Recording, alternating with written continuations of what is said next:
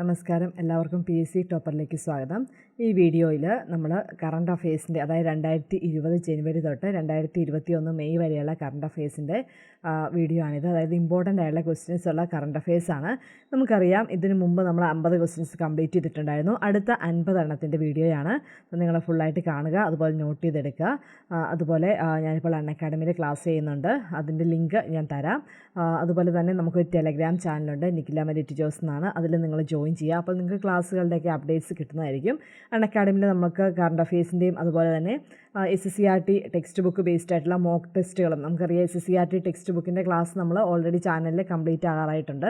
അപ്പോൾ അത് ബേസ് ചെയ്തിട്ടുള്ള മോക്ക് ടെസ്റ്റുകൾ നമ്മൾ നടത്തുന്ന അൺഅക്കാഡമിയിലാണ്, ഫ്രീ ക്ലാസ് ആണ്. അപ്പോൾ നിങ്ങൾക്ക് ജോയിൻ ചെയ്യാം. നിഖിലാറ്റൺ എന്ന് പറഞ്ഞ റെഫറൽ കോഡ് യൂസ് ചെയ്യാം. അപ്പോൾ നിങ്ങൾക്ക് സബ്സ്ക്രൈബ് ചെയ്യണമെങ്കിൽ അതിൽ 10% ഡിസ്കൗണ്ട് ലഭിക്കുന്നതായിരിക്കും. അപ്പോൾ നമുക്ക് ഇന്നത്തെ ക്ലാസ്സിലേക്ക് കടക്കാം.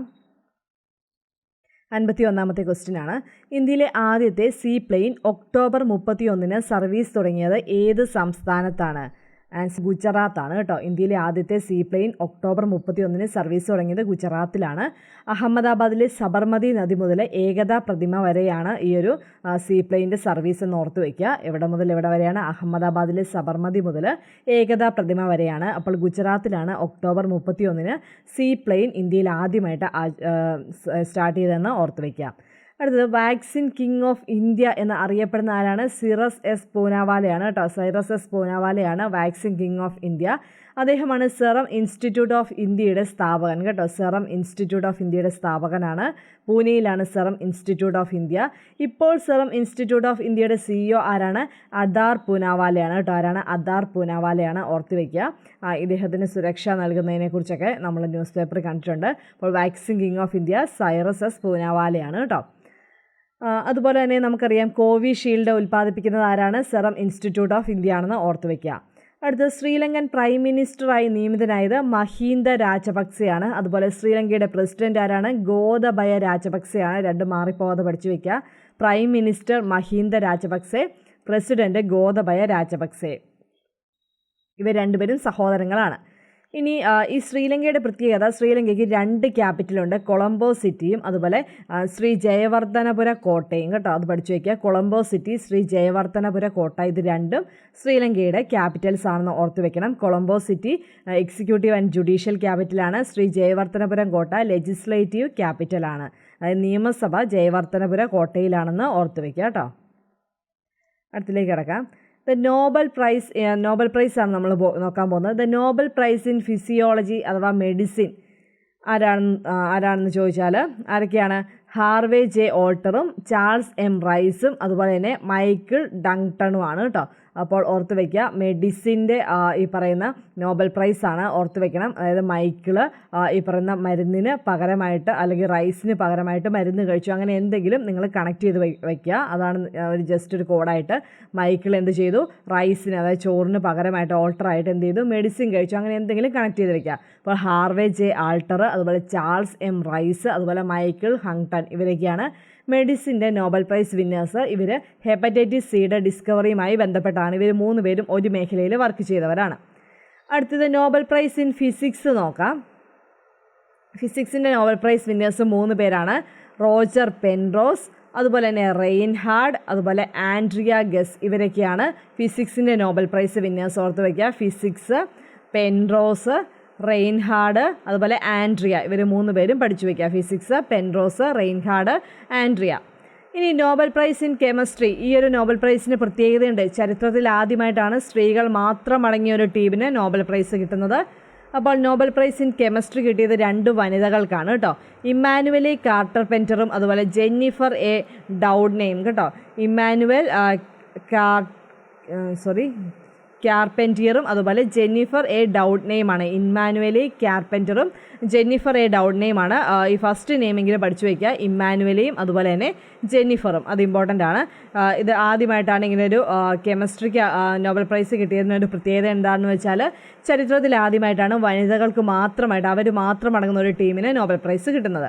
അപ്പോൾ നോബൽ പ്രൈസ് പഠിച്ചു വയ്ക്കാൻ ബുദ്ധിമുട്ടാണ്, എന്നാലും എന്തെങ്കിലും കോഡ് യൂസ് ചെയ്ത് നിങ്ങൾ പഠിക്കുക. അപ്പോൾ മെഡിസിൻ പറഞ്ഞു, മെഡിസിൻ മൈക്കിൾ, ചോറിന് റൈസിന് ഓൾട്ടറായിട്ട് മരുന്ന് കഴിച്ചു, മെഡിസിൻ ഓർത്ത് വയ്ക്കുക.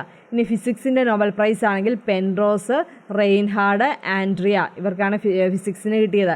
ഇനി കെമിസ്ട്രി ആണെങ്കിൽ ഇമ്മാനുവലയും ജെനിഫറും രണ്ടുപേരും വനിതകളാണ്, അതാണ് അതിൻ്റെ പ്രത്യേകത. ഇനി നോബൽ പ്രൈസ് ഇൻ പീസ് ആർക്കാണ്?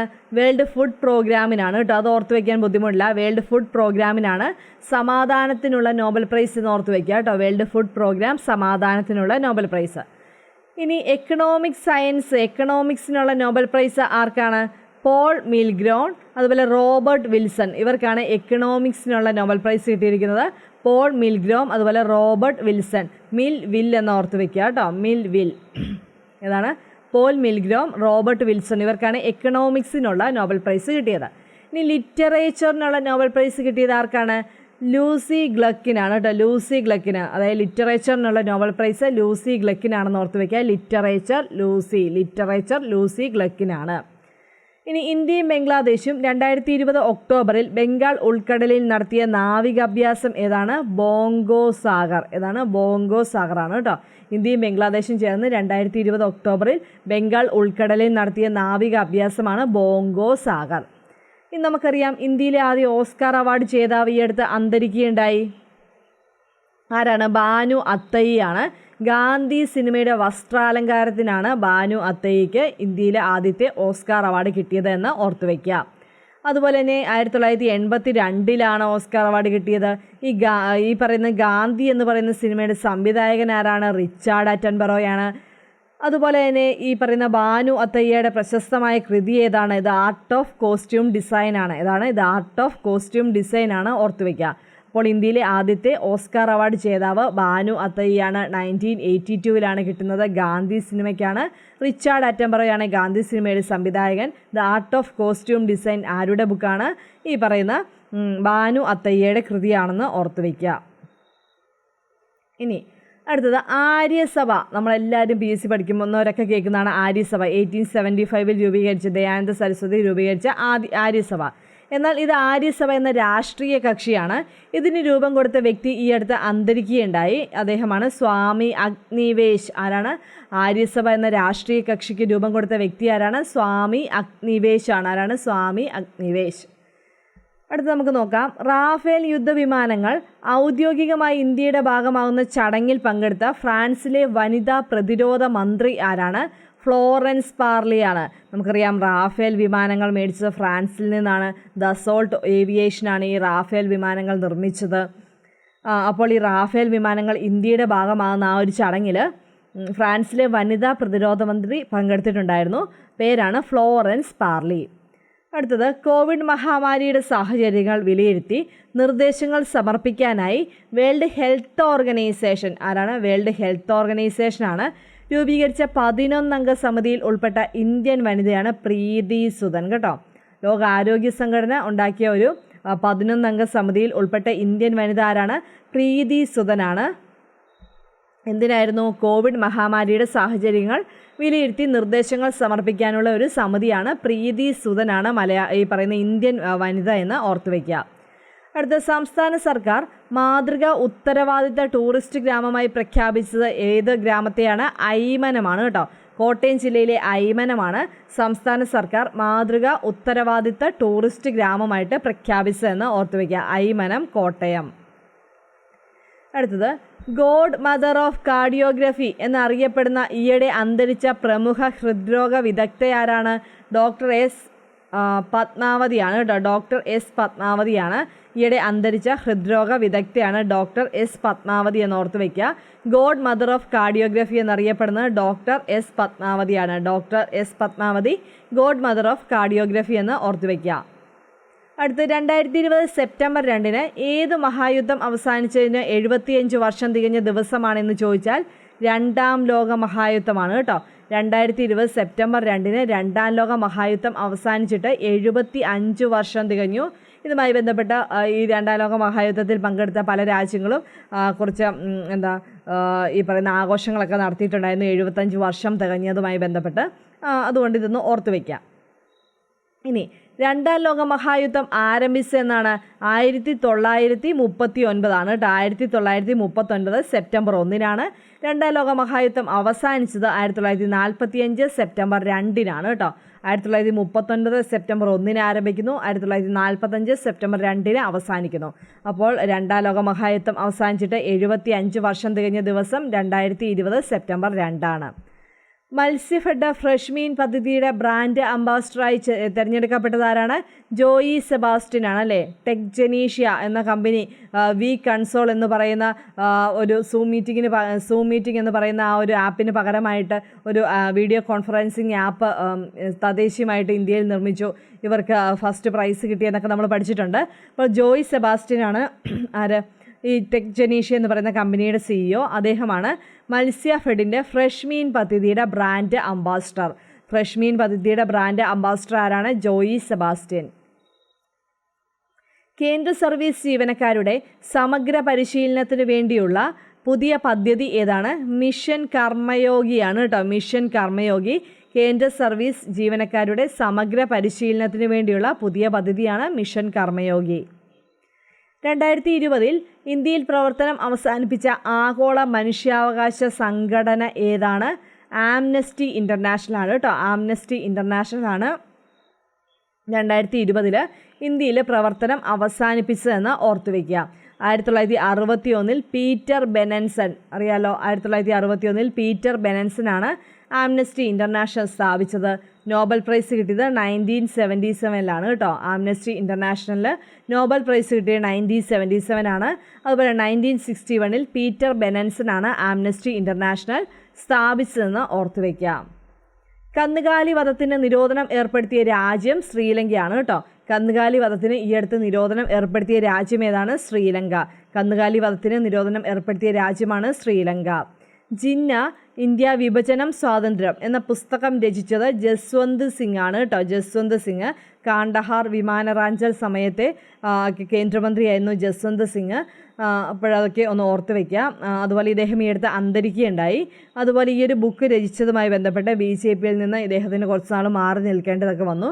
അപ്പോൾ ജിന്ന ഇന്ത്യ വിഭജനം സ്വാതന്ത്ര്യം എന്ന ബുക്ക് രചിച്ചത് ജസ്വന്ത് സിംഗ് ആണ് കേട്ടോ. മുൻ കേന്ദ്രമന്ത്രിയാണ്. ഇന്ത്യയിലെ ആദ്യത്തെ കോസ്റ്റ് ഗാർഡ് അക്കാഡമി സ്ഥാപിതമാകുന്നത് കർണാടകയിലെ മംഗളൂരുവാണ്. ഇന്ത്യയിലെ ആദ്യത്തെ കോസ്റ്റ് ഗാർഡ് അക്കാഡമി എവിടെയാണ് സ്ഥാപിതമാകുന്നത്? കർണാടക, മംഗളൂരു. അടുത്ത ക്വസ്റ്റ്യനിലേക്ക് പോവാം. ഓൺലൈൻ ടിക്കറ്റ് ബുക്കിങ്ങിന് KSRTC രൂപം കൊടുത്ത മൊബൈൽ ആപ്പ് ഏതാണ്? എൻ്റെ KSRTC ആണ് കേട്ടോ. ഓൺലൈൻ ടിക്കറ്റ് ബുക്കിങ്ങിന് KSRTC രൂപം കൊടുത്ത മൊബൈൽ ആപ്പാണ് എൻ്റെ KSRTC. മോഹൻ ബഗാനും ATK കൊൽക്കത്തയും തമ്മിൽ യോജിച്ച് രൂപം കൊണ്ട പുതിയ ക്ലബിൻ്റെ പേര് എന്താണ്? ATK മോഹൻ ബഗാൻ ഫുട്ബോൾ ക്ലബ്ബാണ്. നമുക്കറിയാം ഇന്ത്യൻ ഫുട്ബോളിലെ തന്നെ ഏറ്റവും പഴക്കമേറിയ ക്ലബ്ബാണ് മോഹൻ ബഗാൻ എന്ന് ഓർത്തു വയ്ക്കുക. ഇന്ത്യൻ ഫുട്ബോളിലെ തന്നെ ഏറ്റവും പഴക്കമേറിയ ക്ലബ്ബ് ഏതാണ്? മോഹൻ ബഗാനാണ്. ഈ മോഹൻ ബഗാനും അതുപോലെ ATK കൊൽക്കത്തയും തമ്മിൽ യോജിച്ച് പുതിയ ഒരു ക്ലബ്ബുണ്ടായി. അതാണ് ATK Mohun Bagan football club. ഫ്രാൻസിലെ പുതിയ പ്രധാനമന്ത്രി ആരാണ്? ജീൻ കാസ്റ്റസ് ആണ് കേട്ടോ. ഫ്രാൻസിലെ പുതിയ പ്രധാനമന്ത്രിയാണ് ജീൻ കാസ്റ്റസ്. ആരാണ്? ജീൻ കാസ്റ്റസ് എന്ന് ഓർത്തു വയ്ക്കുക. ഫ്രാൻസിലെ പുതിയ പ്രധാനമന്ത്രിയാണ് ജീൻ കാസ്റ്റസ്. ബോളിവുഡിലെ ആദ്യ വനിതാ നൃത്ത സംവിധായക ഈ അടുത്ത് അന്തരിക്കുകയുണ്ടായി. സരോജ് ഖാൻ ആണ് കേട്ടോ. ബോളിവുഡിലെ ആദ്യ വനിതാ നൃത്ത സംവിധായികയാണ് സരോജ് ഖാൻ. ജെബ്ബിമേറ്റൊക്കെ ഈ പറയുന്ന നൃത്ത സംവിധാനം ചെയ്തത് സരോജ് ഖാൻ ആണെന്ന് ഓർത്തു വയ്ക്കാം. Kerala University of Digital Science Information and ടെക്നോളജിയുടെ പ്രഥമ വൈസ് ചാൻസലർ. കേരളത്തിലെ പുതിയ യൂണിവേഴ്സിറ്റിയാണ് Kerala University of Digital Science Information and Technology. എൻ്റെ പ്രഥമ വൈസ് ചാൻസലറായി നിയമിതനായത് ഡോക്ടർ സജി ഗോപിനാഥ്. ഇത് വളരെ ഇമ്പോർട്ടൻ്റ് ആണ് കേട്ടോ. ഡോക്ടർ സജി ഗോപിനാഥാണ്. അടുത്തത് കേരള ഹൈക്കോടതിയിലെ ആദ്യ മലയാളി വനിതാ ചീഫ് ജസ്റ്റിസ് ആരാണ്? KK ഉഷ. കേരള ഹൈക്കോടതിയിലെ ആദ്യ മലയാളി വനിതാ ചീഫ് ജസ്റ്റിസ് ആയിരുന്നു KK ഉഷ.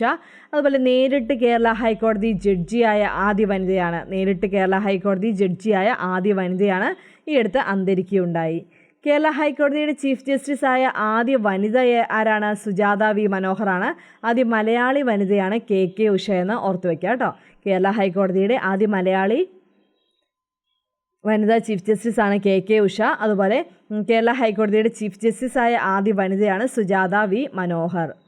2018 രാജാ രവിവർമ്മ പുരസ്കാരം ലഭിച്ചത് ആർക്കാണ്? പാരീസ് വിശ്വനാഥനാണ്. 2019 BD ദത്തനാണ് കേട്ടോ. ഈ രണ്ടും അടുപ്പിച്ചാണ് കൊടുത്തത്. 2018 രാജാ രവിവർമ്മ പുരസ്കാരം പാരീസ് വിശ്വനാഥൻ, 2019 ആയപ്പോൾ BD Dathan. Paris Viswanathan BD Dathan connect ചെയ്ത് പഠിച്ചു വയ്ക്കുക. ഈ രാജാ രവിവർമ്മ പുരസ്കാരം എന്താണ്? ചിത്രശില്പ കലാരംഗത്ത് വിലപ്പെട്ട സംഭാവനകൾ നൽകിയവർക്കുള്ള സംസ്ഥാന സർക്കാരിൻ്റെ പുരസ്കാരമാണ് കേട്ടോ. ചിത്രശില്പ കലാരംഗത്ത് വിലപ്പെട്ട സംഭാവനകൾ നൽകിയവർക്കുള്ള സംസ്ഥാന സർക്കാരിൻ്റെ പുരസ്കാരം ഏതാണ്? രാജാ രവിവർമ്മ പുരസ്കാരമാണ്. സമ്മാനത്തുക 3 ലക്ഷം രൂപയാണ്. എത്രയാണ്? 3 ലക്ഷം രൂപയാണ്. ബംഗളൂരു ആസ്ഥാനമായ പബ്ലിക് അഫയേഴ്സ് സെൻറ്റർ പുറത്തിറക്കിയ 2020 പൊതുസൂചന പ്രകാരം രാജ്യത്തെ ഏറ്റവും മികച്ച ഭരണനിർവഹണമുള്ള സംസ്ഥാനം ഏതാണ്? കേരളമാണ്. രാജ്യത്തെ ഏറ്റവും മികച്ച ഭരണനിർവഹണമുള്ള സംസ്ഥാനം കേരളമാണ് കേട്ടോ. ബംഗളൂരു ആസ്ഥാനമായ പബ്ലിക് അഫയേഴ്സ് സെൻറ്റർ പുറത്തിറക്കിയ 2020 പൊതുസൂചിക പ്രകാരമാണ് രാജ്യത്തെ ഏറ്റവും മികച്ച ഭരണനിർവഹണമുള്ള സംസ്ഥാനമായി കേരളം മാറിയത്. ജെയിംസ് ബോണ്ടിനെ ആദ്യമായി വെള്ളിത്തിരയിൽ അവതരിപ്പിച്ച ബ്രിട്ടീഷ് സ്കോട്ടിഷ് നടനാരാണ്? Sean Connery. ജെയിംസ് ബോണ്ടിനെ ആദ്യമായിട്ട് വെള്ളിത്തിരയിൽ അവതരിപ്പിച്ച ബ്രിട്ടീഷ് സ്കോട്ടിഷ് നടനായ ഷോൺ കോണറി അന്തരിക്കുകയുണ്ടായി. ഓർത്തുവയ്ക്കാം. സെയ്ഷൽസ് പ്രസിഡന്റ് പദവിയിലെത്തിയ ഇന്ത്യൻ വംശജൻ ആരാണ്? വേവൽ റാംഖലേവനാണ് കേട്ടോ. വേവൽ റാംഖലേവനാണ് സെയ്ഷൽസ് പ്രസിഡന്റ് പദവിയിലെത്തിയ ഇന്ത്യൻ വംശജൻ. പ്രൊനൗൺസിയേഷനൊക്കെ ഇങ്ങനെയാണോ എന്ന് അറിയില്ല. അപ്പോൾ വേവലെങ്കിലും പഠിച്ചു വയ്ക്കുക. സെയ്ഷൽസ് പ്രസിഡന്റ് പദവിയിലെത്തിയ ഇന്ത്യൻ വംശജൻ വേവൽ റാംഖലേവനാണ്. 2020 അമേരിക്കൻ പ്രസിഡന്റ് തിരഞ്ഞെടുപ്പിൽ ബഹിരാകാശത്ത് വെച്ച് വോട്ട് രേഖപ്പെടുത്തിയ നാസയുടെ ബഹിരാകാശ സഞ്ചാരിയായ വനിതയാണ് കെയ്റ്റ് റോബിൻസ് കേട്ടോ. കെയ്റ്റ് റോബിൻസ് ആണ് അമേരിക്കയുടെ പ്രസിഡന്റ് തിരഞ്ഞെടുപ്പിൽ ബഹിരാകാശത്ത് വെച്ച് വോട്ട് ചെയ്ത നാസയുടെ ബഹിരാകാശ സഞ്ചാരി എന്ന് ഓർത്തുവയ്ക്കുക. അടുത്തത് MS Dhoni the untold story എന്ന സിനിമയിൽ മഹേന്ദ്ര സിംഗ് ധോണിയായി വേഷം ചെയ്ത ബോളിവുഡ് നടൻ സുശാന്ത് സിംഗ് രജ്പുത്താണ് ഈ അടുത്ത് അന്തരിക്കുകയുണ്ടായി. MS Dhoni the untold story എന്നത് MS ധോണിയുടെ ബയോപിക് ആണെന്ന് നിങ്ങൾക്കറിയാം. ഇതിൽ ബോളിവുഡ് നടൻ ആരാണ് MS ധോണിയായിട്ട് അഭിനയിച്ചതെന്ന് ചോദിച്ചാൽ സുശാന്ത് സിംഗ് രജ്പുത്താണ്. Kerala Shipping and Inland Navigation Corporation chairman ആരാണ്? ടോം ജോസ് ആണ് കേട്ടോ. Kerala Shipping and Inland Navigation Corporation ചെയർമാനാണ് ടോം ജോസ്. രാജസ്ഥാനിൽ നിന്ന് രാജ്യസഭയിലേക്ക് തിരഞ്ഞെടുക്കപ്പെട്ട മലയാളി ആരാണ്? രാജസ്ഥാനിൽ നിന്ന് രാജ്യസഭയിലേക്ക് തിരഞ്ഞെടുക്കപ്പെട്ട മലയാളിയാണ് KC വേണുഗോപാൽ. ആരാണ്? KC വേണുഗോപാൽ. അടുത്ത ക്വസ്റ്റ്യനിലേക്ക് പോകാം. Too much and never enough, how my family created the world's most dangerous മാൻ. ഈ പുസ്തകം ആരെക്കുറിച്ചാണ്? ഡൊണാൾഡ് ട്രംപിനെ കുറിച്ചാണ് കേട്ടോ. മേരി എൽ ട്രംപാണ് രചിച്ചത്. മേരി എൽ ട്രംപാണ് ഡൊണാൾഡ് ട്രംപിനെ കുറിച്ച് too much and never enough, how my family created the world's most dangerous മാൻ എന്ന കൃതി രചിച്ചത് ബന്ധുവാണ്. ഡൊണാൾഡ് ട്രംപിൻ്റെ ബന്ധുവാണ് മേരി എൽ ട്രംപ്. അടുത്തത് കേരള ഹോക്കിയുടെ ദ്രോണാചാര്യർ എന്ന് വിശേഷിപ്പിക്കപ്പെടുന്ന ഹോക്കി പരിശീലകൻ ശ്രീധർ ഷേണായിയാണ്. അദ്ദേഹം അന്തരിക്കുകയുണ്ടായി. കേരള ഹോക്കിയുടെ ദ്രോണാചാര്യൻ എന്ന് വിശേഷിപ്പിക്കപ്പെടുന്ന ഹോക്കി പരിശീലകൻ ശ്രീധർ ഷേണായിയാണ്. ലോകാരോഗ്യ സംഘടനയുടെ മലയാളിയായ ഇപ്പോഴത്തെ ചീഫ് സയൻറ്റിസ്റ്റ് ആരാണ്? ഡോക്ടർ സൗമ്യ സ്വാമിനാഥൻ കേട്ടോ. ഡോക്ടർ MS സ്വാമിനാഥൻ്റെ മകളാണ് ഡോക്ടർ സൗമ്യ സ്വാമിനാഥൻ. ലോകാരോഗ്യ സംഘടനയുടെ മലയാളിയായ ഇപ്പോഴത്തെ ചീഫ് സയൻറ്റിസ്റ്റാണ്. അടുത്ത ക്വസ്റ്റ്യനിലേക്ക് പോകാം. ഫ്രാൻസിൽ നിന്ന് വാങ്ങുന്ന റാഫേൽ വിമാനങ്ങൾ ആദ്യമെത്തി 5 എണ്ണം ഏത് ക്യാമ്പിലാണ് എത്തിച്ചേർന്നത്? ഹരിയാനയിലെ അംബാല വ്യോമസേനാ താവളത്തിലാണ്. ഹരിയാനയിലെ അംബാല വ്യോമസേനാ താവളത്തിലാണ് ഫ്രാൻസിൽ നിന്ന് വാങ്ങുന്ന റാഫേൽ വിമാനങ്ങൾ ആദ്യം എത്തിയത് എന്ന് ഓർത്തുവയ്ക്കുക. 5 എണ്ണമാണ് ആദ്യം എത്തിയത്. 1380 km/h ആണ് ഈ പറയുന്ന റാഫേൽ വിമാനത്തിൻ്റെ ശരാശരി വേഗത. 1380 km/h ആണ്. ഫിഫയുടെ ഇപ്പോഴത്തെ പ്രസിഡന്റ് ജിയാനി ഇൻഫാന്റിനോയാണ് കേട്ടോ. ഫിഫയുടെ ഇപ്പോഴത്തെ പ്രസിഡന്റാണ് ജിയാനി ഇൻഫാന്റിനോ. കേന്ദ്ര സർക്കാർ പ്രഖ്യാപിച്ച പുതിയ വിദ്യാഭ്യാസ നയത്തിൻ്റെ കമ്മിറ്റി അധ്യക്ഷൻ ഡോക്ടർ K കസ്തൂരിരംഗൻ. അതുപോലെ വിദ്യാഭ്യാസ മന്ത്രാലയം വന്നത് ഈ ഒരു പുതിയ വിദ്യാഭ്യാസ നയം അനുസരിച്ചാണ് എന്ന് ഓർത്തു വയ്ക്കുക. അതുപോലെ പ്രീ സ്കൂൾ മുതൽ 12ാം ക്ലാസ് വരെയുള്ള സാർവത്രിക വിദ്യാഭ്യാസമാണ് കേട്ടോ ലക്ഷ്യം. പ്രീ സ്കൂൾ മുതൽ 12ാം ക്ലാസ് വരെയുള്ള സാർവത്രിക വിദ്യാഭ്യാസമാണ് ലക്ഷ്യം. 5+3+3+4 എന്നതാണ് ഈ പറയുന്ന ഒരു ഇക്വേഷൻ എന്ന് ഓർത്ത് വയ്ക്കുക. 5+3+3+4.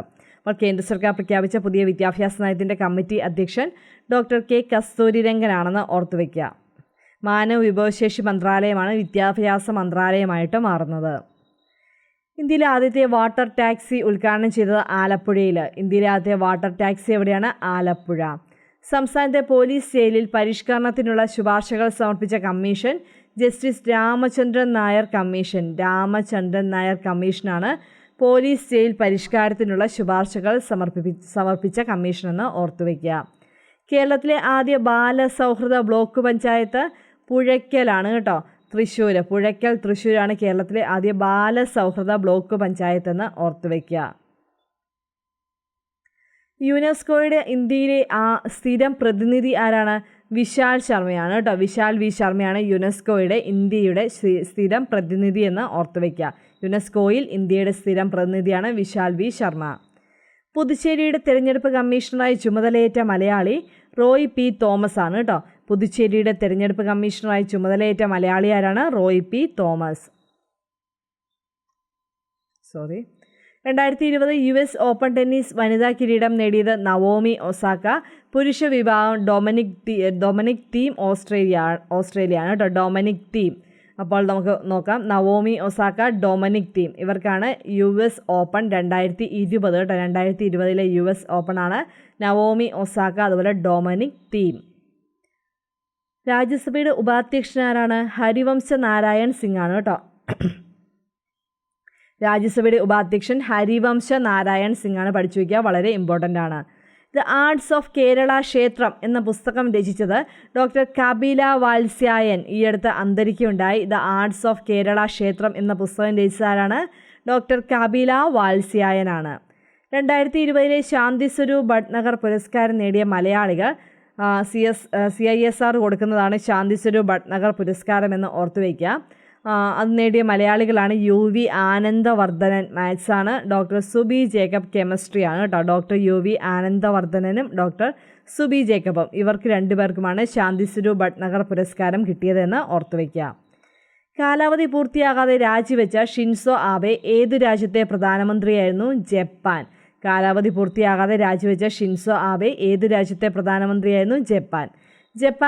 ജപ്പാനിലെ പുതിയ പ്രധാനമന്ത്രിയാണ് യോഷിഹിഡെ സുഗ കേട്ടോ. യോഷിഹിഡെ സുഗയാണ് ജപ്പാനിലെ പുതിയ പ്രധാനമന്ത്രി. യോഷിഹിഡെ സുഗ. പബ്ജി ഗെയിമിൻ്റെ മുഴുവൻ പേര് നമുക്കറിയാം. പബ്ജി ഗെയിം നിരോധിക്കുകയുണ്ടായി. മുഴുവൻ പേരാണ് പ്ലെയർ അൺനോൺസ് ബാറ്റിൽ ഗ്രൗണ്ട്. എന്താണ്? Player unknown's battleground, PUBG എന്ന് ഓർത്തുവയ്ക്കുക. ഓക്കെ, അപ്പോൾ ഇത്രയാണ് നമ്മുടെ പ്രധാന 50 ക്വസ്റ്റ്യൻസ് വരുന്നത് കേട്ടോ. നിങ്ങൾ നോട്ട് ചെയ്ത് വെക്കുക.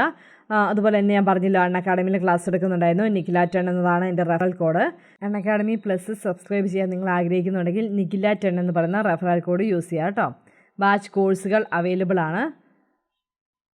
ദൗത്യം എന്ന പേരിൽ 100 ദിവസത്തെ ബാച്ച് കോഴ്സ് ഉണ്ട്. ഫോർ സെക്രട്ടേറിയറ്റ് അസിസ്റ്റൻറ്റ് എക്സാമാണ്. ജൂൺ 16 സ്റ്റാർട്ട് ചെയ്യുന്നത്. അതുപോലെ ജേതാവ് എന്ന പേരിൽ 100 ദിവസത്തെ കോഴ്സ് ഉണ്ട്. ജൂൺ 17 സ്റ്റാർട്ട് ചെയ്യുന്നത്. 100 ദിവസത്തെ കോഴ്സാണ്. ഫോർ LGS മെയിൻ എക്സാമിനാണ് കേട്ടോ. നിഖില10 എന്ന് പറയുന്ന റെഫറൽ കോഡ് യൂസ് ചെയ്യാം. ഈ ജേതാവ് എന്ന പേരിൽ 100 ദിവസത്തെ കോഴ്സ് ഉണ്ട്. LDC മെയിൻസ് എക്സാമിന് വേണ്ടിയാണ്. നല്ല കോഴ്സാണ്. 10th ജൂണിനാണ് കേട്ടോ സ്റ്റാർട്ട് ചെയ്തത്. മാക്സിമം എല്ലാവരും തന്നെ ജോയിൻ ചെയ്യാൻ നോക്കുക.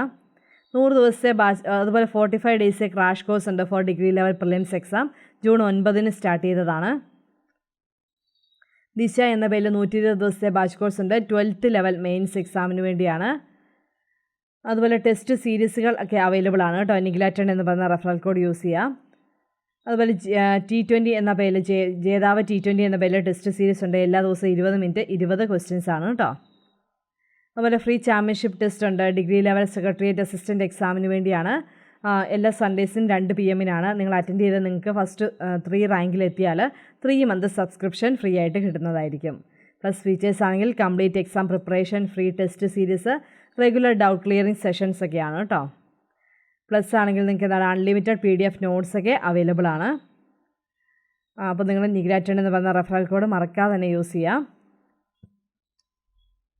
ഇപ്പോൾ 12+2 കോംബോ ഓഫറുണ്ട്. 12 മാസത്തെ സബ്സ്ക്രിപ്ഷൻ എടുക്കുന്നവർക്ക് 2 മാസത്തോടെ സൗജന്യമായിട്ട് കിട്ടും. ഇപ്പോൾ പേയ്മെൻറ്റ് 8415 രൂപയാണ് ഈ പറയുന്ന റെഫറൽ കോഡ് യൂസ് ചെയ്ത ശേഷം നിങ്ങൾക്ക് വരുന്നത്. അപ്പം എല്ലാവരും ക്ലാസ്സുകളൊക്കെ ജോയിൻ ചെയ്യുക, അതുപോലെ നന്നായിട്ട് പഠിച്ചു പോവുക. ഓക്കെ, നിങ്ങൾക്ക് ക്ലാസ് ഇഷ്ടമായെന്ന് വിചാരിക്കുന്നു. നിങ്ങൾ ക്ലാസ് മറക്കാതെ തന്നെ ലൈക്ക് ചെയ്യുക, കൂട്ടുകാർക്കൂടെ ഷെയർ ചെയ്യുക. എന്തെങ്കിലും അഭിപ്രായങ്ങളോ നിർദ്ദേശങ്ങളോ ഉണ്ടെങ്കിൽ അത് കമൻറ്റ് ചെയ്യുക. ചാനൽ മറക്കാതെ സബ്സ്ക്രൈബ് ചെയ്യുക. സീരിയസ് ആയിട്ട് തന്നെ നിങ്ങൾക്ക് ഈ കറണ്ട് അഫയേഴ്സിൻ്റെ ക്ലാസ്സുകൾ നടന്നു പോകുന്നതാണ്. അപ്പോൾ എല്ലാവർക്കും താങ്ക് യു. അപ്പോൾ അടുത്ത വീഡിയോയിൽ നമുക്ക് മറ്റൊരു ടോപ്പിക്കുമായിട്ട് കാണാം, അതായത് കറണ്ട് അഫയേഴ്സിൻ്റെ ബാക്കി ഭാഗങ്ങളുമായിട്ട് കാണാം. Thank you.